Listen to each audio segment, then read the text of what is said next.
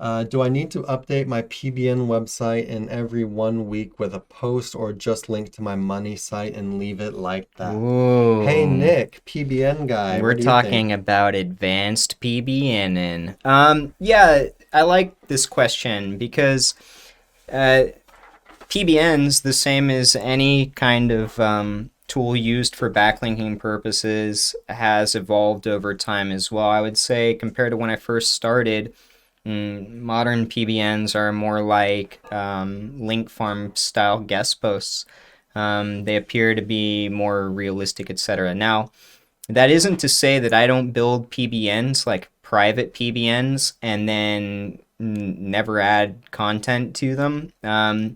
However, I would say that if you're in the habit of doing that, one post a week is Too much. it's a lot. It's not too much, but I think it's it's good. a lot, right? You know, you're spending money on something that's really just used for the purposes of moving power.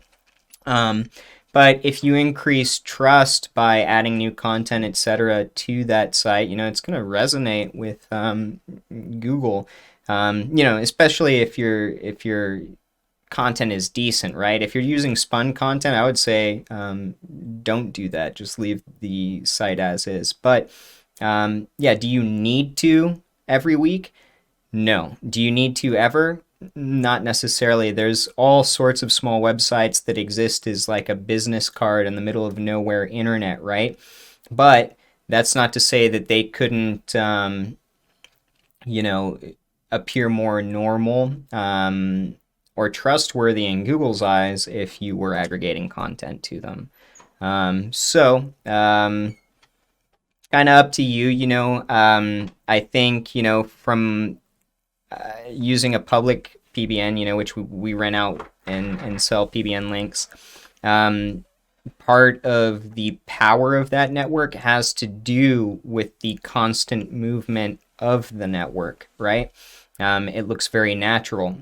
So I would say that's advantageous. But if I was conceptualizing that as a private PBN, it would be hard to decide whether that was worth the costs incurred of adding, you know, that many posts to a PBN. So Yeah, it's kind of a hard question, right? Because, like, on the one hand, we know that Google likes sites that new are stuff. updated. Yeah. They like sites that are being updated, they're being taken care of, they're getting new pages added, they're growing. This is what a normal website, a real website, this is what happens on it, right? People take care of it, they update it, they add new pages, they add new content. So that, I would say that if you can add content to a PBN, that's always good. But at the same time, like Nick was saying, especially depending on the size of your PBN, the size of your network, like how many sites you have, this could be a pretty costly thing if it's a private PBN. Like our PBN that we sell links on, of course, it's always getting new content added to it because we're always getting new clients. Right. Um, but yeah, if you have like your own like private PBN or whatever, Yeah, just make sure yeah, I mean, your ROI is going to be there, depending on how much you're spending per article and how much time you're spending putting all that up. yeah, maybe every now and then you just go and you add some cheap Yeah, or even ad just, writer content I or think a lot of people also ignore the power of just changing the structure of a site or adding little snippets of content in random yeah, places.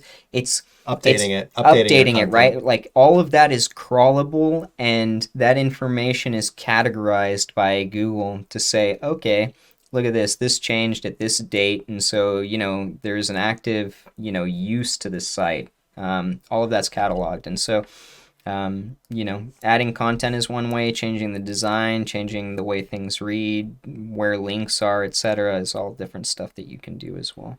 Yeah, just to expand on that a little bit, like Nick was saying, adding new content, as in like adding actual new URLs, like new articles, that's great. But it's also great, like Nick said, to just edit your content, to change your content, to add 200 words to a page, add a little new little section or whatever. Google sees that as well. They have to update their index. They see that you added more relevant words to the page. Maybe you targeted another keyword for that page or something. These are really great things to do for your any site. It'd be good for a PBN, but I guess I'm kind of more talking about money sites at this point. But yeah, content's always good to add. But yeah, Nick, how many PBNs do you have that have just been, private PBNs that have been just sitting there for months, years, whatever, with no update? Probably at least 500. No, I mean that are still linking out. Yeah. That have not had any content added to them. They're actually up and running. Hold on, I have to think about this. There's no way it's 500. No, it's not 500. Private, untouched. Yeah, but see, because if it was public, if it was being sold, it would be updated. It is close to 500, and not updated. Yeah, you're gonna have to tell me what these sites are linking to. Right. It's based on a network that I'm shutting down. Okay. Yeah. So there hasn't been a lot of movement there for a long period of time, and so recently we were looking at how many PBNs really have just been existing for no purpose as sunk costs. See, and that's the type of shit you got to look out for too if you're really starting to dive into PBNs and building, is the management over time gets blown out. Yeah, it's a pretty interesting thing. I think a lot of people misunderstand PBNs and think it's like the cheapest, most economical, easy way to rankings, but it's really not how it should be seen. It's just a fine-tuning tool that's actually rather expensive when it comes to it. All right. Hey everybody, thanks for watching. Be sure to check the description below for links to our blog for more info on this topic, along with a bunch of other cool stuff like case studies, our Facebook community, and our link building services.